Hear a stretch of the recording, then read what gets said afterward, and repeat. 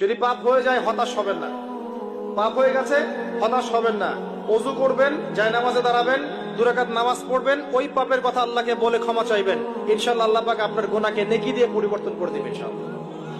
যতবার পাপ হবে ততবার নামাজে দাঁড়াবেন, ততবার ওযু করবেন, ততবার 2 রাকাত নামাজ পড়বেন এবং আল্লাহর কাছে ক্ষমা চাইবেন। ইনশাআল্লাহ আল্লাহ মাফ করে দিবেন। শয়তান আপনাকে হতাশ করতে যাবে, ফ্রাস্ট্রেট করতে যাবে। আরে তুমি অন্যায় করেছো, এত বড় বড় পাপ করেছো, তুমি পর্নোগ্রাফি দেখো, তুমি মেয়ের সাথে জেনা করেছো, তুমি মদ খাও, তুমি এই করো, তুমি কিভাবে আল্লাহর সামনে দাঁড়াবে, কোন মুখ নিয়ে দাঁড়াবে? এগুলো শয়তানের ওয়াসওয়াসা। কার ওয়াসওয়াসা? আল্লাহ পাক ক্ষমা করতে করতে ক্লান্ত হবেন না, আপনি ক্ষমা চাইতে চাইতে ক্লান্ত হয়ে যাবেন ইনশাআল্লাহ। আল্লাহ পাক এমন গফুর রহিম। এক ব্যক্তি 99টা খুন করেছে। কয়টা? 99টা খুন করে এক আলেমের কাছে গিয়ে বলেছে যে আমার কি তওবা হবে? সে বলেছে না, তওবা হবে না। সে বলেছে কি তওবা হবে না। সে আলেম ছিল না, সে আবেদ ছিল। আবেদ মানে ইবাদত করতে বেশি বেশি, খুব বেশি জ্ঞান ছিল না। আমাদের মতো আমরা কিন্তু ইবাদত বেশি করি, জ্ঞান খুব কম। তো সে ছিল আবেদ, সে বলেছে না তওবা হবে না।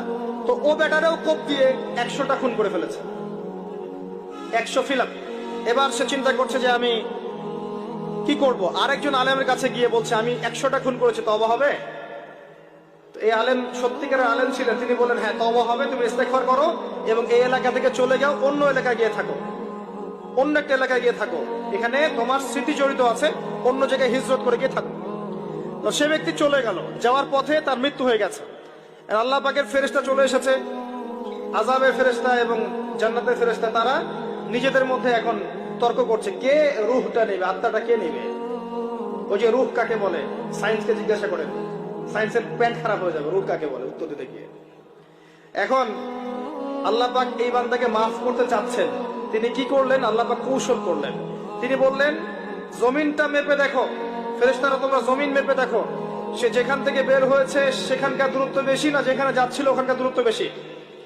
এবং আল্লাহ পাক জমিনকে আদেশ করলেন এই জমিন তুমি লম্বা হয়ে যাও। জমিন আল্লাহর আদেশ শোনে না?